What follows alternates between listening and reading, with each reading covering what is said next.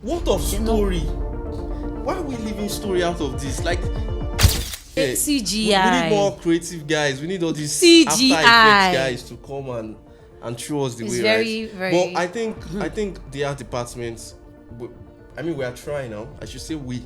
They are trying. I think they're getting. I think better. we're trying, yeah. But because there's a lot. They're doing. Yeah. They don't even have a problem because they can find a story to whatever they do.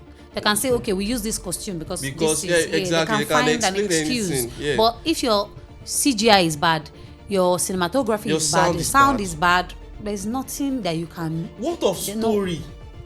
Why are we leaving story out of this? But that story is not really part of your quality control because. True. So, but me, I feel like before some stories go out, especially the dialogues, right? I feel like there should also be a team that would sit down and look at this story and say, okay, this story is too.